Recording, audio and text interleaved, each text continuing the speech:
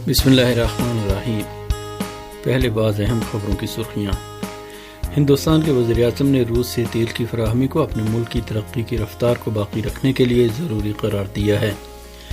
پاکستان کی 11ویں بین الاقوامی نمائش منگل سے کراچی میں شروع ہو گئی ہے،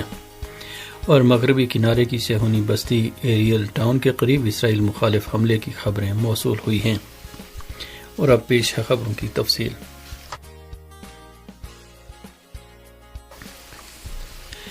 ہندوستان کے وزیر اعظم نے روس سے تیل کی فراہمی کو اپنے ملک کی ترقی کی رفتار کو باقی رکھنے کے لیے ضروری قرار دیا ہے۔ ہندوستان کے وزیر اعظم نریندر مودی نے انڈونیشیا کے جزیرہ بالی میں گروپ 20 کے سربراہی اجلاس میں خطاب کرتے ہوئے کہا کہ ان کے ملک کی معیشت دنیا کی سب سے تیزی کے ساتھ ترقی کرنے والی معیشت ہے۔ انہوں نے کہا کہ ہندوستان کی تیز رفتار معاشی ترقی عالمی اقتصادی ترقی کے لیے بہت اہم ہے۔ مسٹر مودی نے کہا کہ ہندوستان کی معاشی ترقی کی تیز رفتاری کو باقی رکھنے کے لیے توانائی کی فراہمی کو یقینی بنانا ضروری ہے۔ ہندوستان کے وزیر اعظم نے یہ بات روس سے توانائی کی فراہمی پر بعض عالمی رہنماؤں کے اعتراض کے جواب میں کہی ہے۔ انہوں نے اسی کے ساتھ صاف توانائی کی ٹیکنالوجی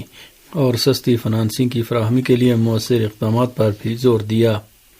انہوں نے گروپ 20 کے ممالک سے کہا کہ دنیا میں خوراک کے بحران سے نمٹنے کے لیے کھاد کی فراہمی بڑھانے کے لیے ضروری اقدامات کیے جائیں، اور توانائی کی فراہمی پر کسی بھی قسم کی پابندی نہ لگائی جائے تاکہ عالمی اقتصادی ترقی کو یقینی بنایا جا سکے۔ قابل ذکر ہے کہ دنیا کی 20 اقتصادی طاقتوں گروپ 20 کا سربراہی اجلاس منگل کو انڈونیشیا کے جزیرے بالی میں شروع ہوا ہے۔ پاکستان کی 11ویں بین الاقوامی نمائش منگل سے کراچی میں شروع ہو گئی ہے۔ نمائش کی افتتاحیہ تقریب سے خطاب میں پاکستان کے وزیر خارجہ بلاول بھٹو زرداری نے کہا کہ پاکستان ڈیفالٹ ہونے کے خطرے سے باہر نکل چکا ہے۔ کراچی سے ہمارے نمائندے کی رپورٹ کے مطابق پاکستان کی 11ویں بین الاقوامی نمائش آڈیاس 2022 کا افتتاح وزیر خارجہ بلاول بھٹو کی تقریر سے ہوا۔ انہوں نے بین الاقوامی دفاعی نمائش کی افتتاحی تقریب سے اپنے خطاب میں کہا کہ پاکستان نے دنیا میں امن کے لیے کام کیا اور کرتا رہے گا۔ انہوں نے اسی کے ساتھ کہا کہ اتحادی حکومت ملک کو معاشی مسائل سے باہر نکالنے کے لیے کام کر رہی ہے اور ملک ڈیفالٹ ہونے کے خطرے سے باہر آ چکا ہے۔ پاکستان کے وزیر خارجہ کا کہنا تھا کہ آئیڈیاز 2022 کے زیر عنوان بین الاقوامی نمائش کا انعقاد باہمی ہم آہنگی اور تعلقات کی بہتری میں معاون ثابت ہوگا۔ آئیڈیاز 2022 کے زیر عنوان منعقدہ اس بین الاقوامی دفاعی نمائش میں پاکستان نے پہلی بار حربہ نام کے سب سونک کروز میزائل اور جدید جنگی ڈرون شاہپر 2 مارکیٹنگ کے لیے رکھا ہے۔ پاکستانی ذرائع کے مطابق حربہ نام کا لانگ رینج اینٹی شپ کروز میزائل سمندر سے انتہائی کم اونچائی پر سفر کرنے کی خصوصیت کی وجہ سے دشمن کے راڈار سسٹم سے اوجھل رہتا ہے۔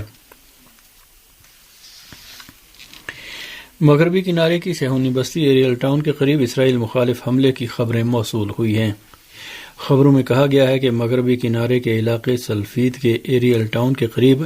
ایک فلسطینی نوجوان کی استقامتی کارروائی میں کم سے کم 2 صہیونی ہلاک اور 3 زخمی ہوئے ہیں۔ کہا جا رہا ہے کہ ایریل ٹاؤن کے ایک پیٹرول پمپ پر حملہ کرنے والا فلسطینی نوجوان اسرائیلی فوجیوں کی فائرنگ میں زخمی ہو گیا ہے اور اس کی حالت نازک بنی ہوئی ہے۔ اسی دوران اطلاعات ہیں کہ ایک اور فلسطینی نوجوان نے مغربی کنارے کی اسرائیلی چیک پوسٹ کے قریب حملہ کر کے ایک صہیونی کو زخمی کر دیا ہے۔ مذکورہ فلسطینی نوجوان کے بارے میں رپورٹ میں کچھ نہیں بتایا گیا، تاہم کہا جا رہا ہے کہ حملے کے بعد اسرائیلی فوجیوں نے اسے فائرنگ کا نشانہ بنانے کی کوشش کی ہے۔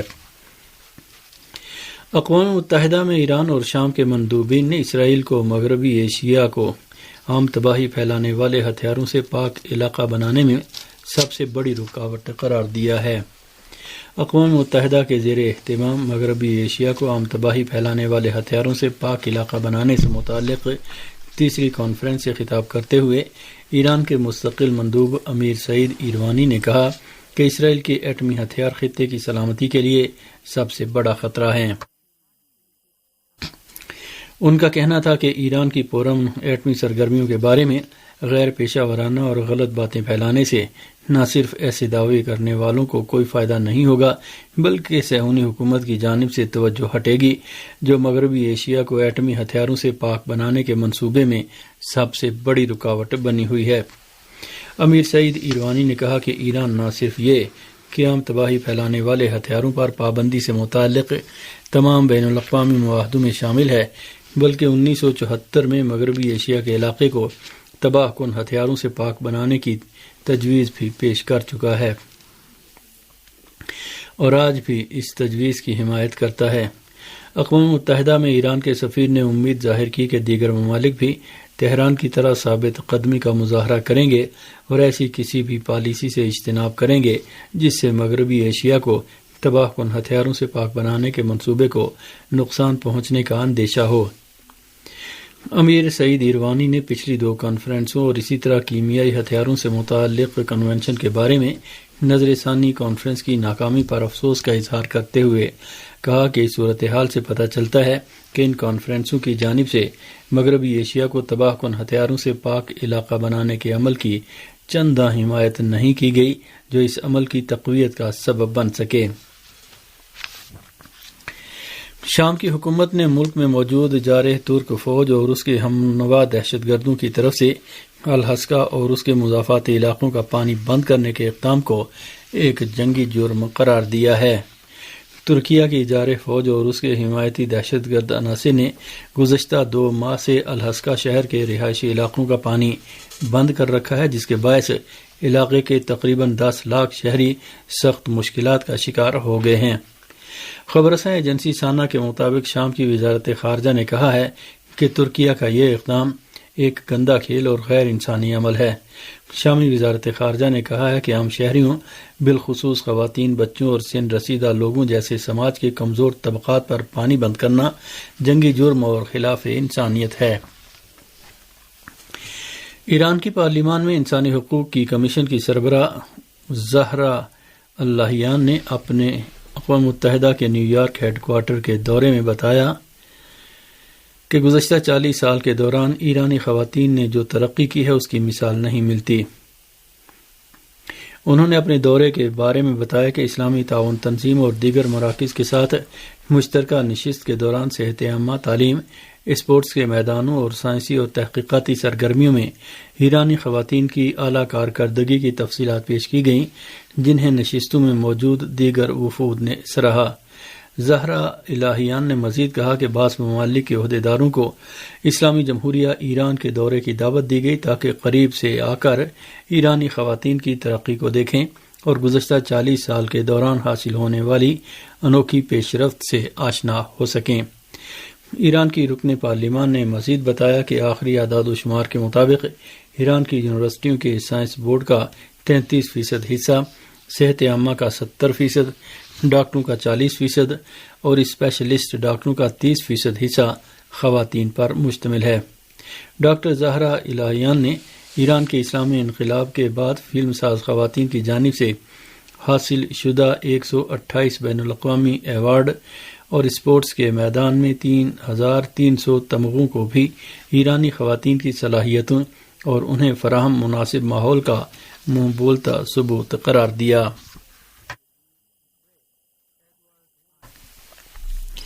یورپی یونین کے خارجہ پالیسی چیف جوزف بورل نے کہا ہے کہ وہ ایٹمی معاہدے کے بارے میں فریقین کے موقف کو ایک دوسرے کے قریب لانے کی کوشش جاری رکھیں گے۔ برسلز میں صحافیوں سے بات چیت کرتے ہوئے جوزف بورل کا کہنا تھا کہ ایٹمی معاہدے کی بحالی کے مذاکرات میں تعطل بدستور برقرار ہے، البتہ اس کا ہماری تشویش کے دیگر معاملات سے کوئی تعلق نہیں۔ انہوں نے ایران پر انسانی حقوق کی خلاف ورزیوں اور جنگ یوکرین میں مشارکت جیسے بے بنیاد الزامات کا اعادہ کرتے ہوئے اعتراف کیا کہ مذکورہ معاملات کے بارے میں قیاس آرائیوں کے باوجود ہمارے پاس شواہد اور ثبوت موجود نہیں ہیں۔ جوزف بورل نے دعویٰ کیا کہ ہمارے نزدیک تمام مسائل ایک دوسرے سے الگ ہیں اور ہم ایٹمی معاہدے کے ارکان کے نظریات میں توازن پیدا کرنے کی کوشش جاری رکھیں گے۔ یورپی یونین کے خارجہ پالیسی چیف کا یہ بیان ایسے وقت سامنے آیا ہے جب ایران کے وزیر خارجہ حسین امیر عبداللہیان نے ایک ہفتے قبل ان سے ٹیلی فون پر بات چیت کرتے ہوئے کہا تھا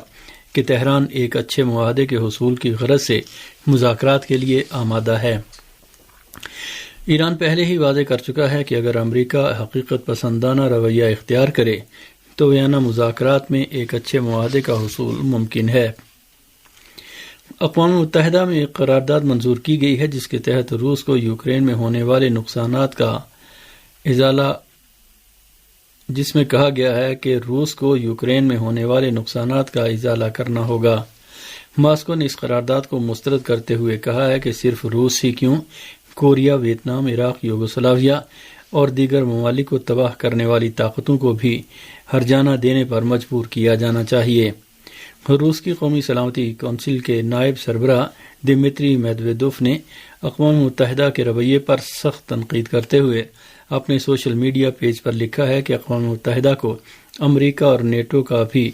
ان جرائم پر مواخذہ کرنا چاہیے جن کا انہوں نے کوریا، ویتنام، عراق، یوگوسلاویہ